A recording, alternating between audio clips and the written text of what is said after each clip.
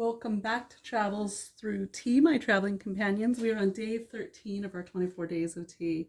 Today we're going to talk about a Darjeeling Premium First Flush Blend Black Tea.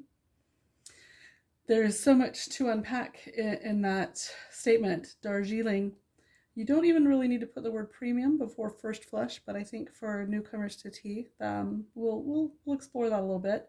And again, black tea. So what is special about this tea? Well, I have to show you first of all. It doesn't look like a black tea. You'll notice it's nice large leaves. They almost look green. They're not that dark black we've seen in the past. Nice big leaves. Beautiful when they unfurl, I'm sure, in the heat. Okay? Very floral scent. And there's a reason for that. So as the tea steeps over there, let's unpack this. Darjeeling is a city and municipality in the Indian state of West Bengal in India. It is about 2,000 meters, 6,560 feet in elevation, part of the Lesser Himalayas. And the reason tea began to be cultivated there was that in the 19th century, the age of the East India Company, a military depot was set up there, which meant that extensive tea plantations were established, as tea, as we have discussed earlier, was found in Assam. The British went to this area because anybody stationed, say, in the Punjab region of India during British rule in India was dealing with temperatures above 40 degrees Celsius on average, about 104 degrees. The highest temperature during that time reached 46.1 degrees Celsius, which is 115 degrees Fahrenheit. Remember, no air conditioning in the 1800s. This is a very difficult time. The average temperature in Darjeeling during the same year, around 1869, was about 66 to 67 degrees Fahrenheit, or about 19.6 degrees Celsius, which was much closer to what the British were used to in England, 55.3 degrees Fahrenheit on average about that time. So it was to their advantage to go there in terms of just part of being their cultural heritage. They were not used to the heat. So Darjeeling offered this almost sort of playground for the British. They established a depot. They established very European-looking little towns in the whole area, little villages and whatnot. So what does first flush mean? First flush is the first plucking of the tea plants. Tea is harvested for a very, very short time, only a very few leaves off of each plant. The first one is in spring, March, April or so.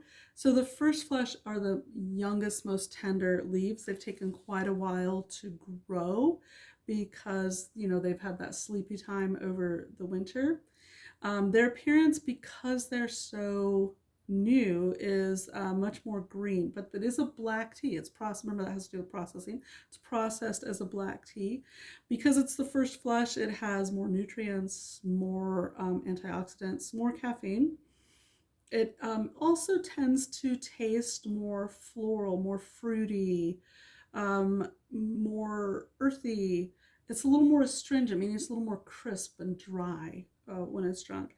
Later, we will look at a second flush, and we will talk about that during that time.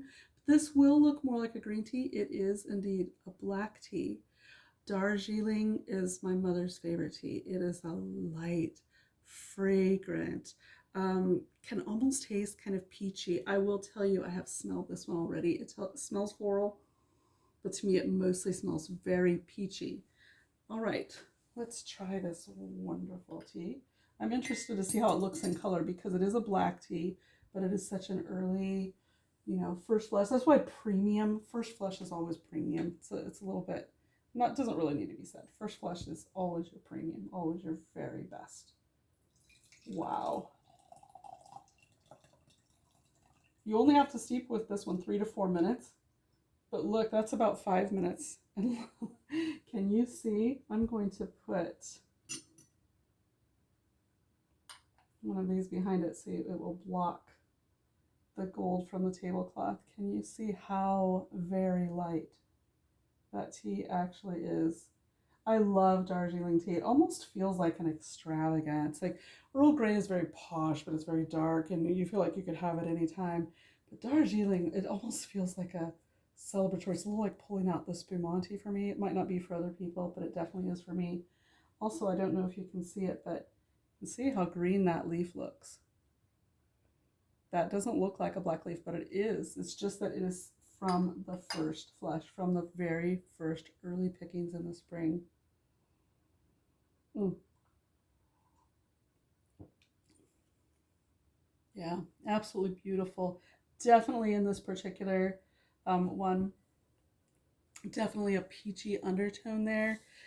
When the tea leaf is picked, wherever you are, China, Assam, Darjeeling, Nepal, anywhere, um, the time that it is picked will affect its appearance, its body, its taste.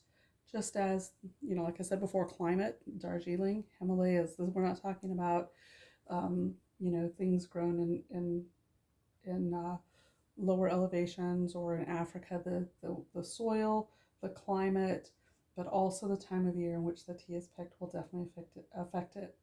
So if you get the chance, go out and get a Darjeeling tea. Give it a try. Compare it. Go out and get different kinds of teas. Have yourself a little tea party. Check out the different flavors. Check out whether or not you like them with sugar or with milk. Let me know. Do you like it with sugar? Do you like it with milk? Do you like it? I like to try it in its purest form. Darjeeling is one I would add the tiniest bit of sugar to, just to enhance those undertones.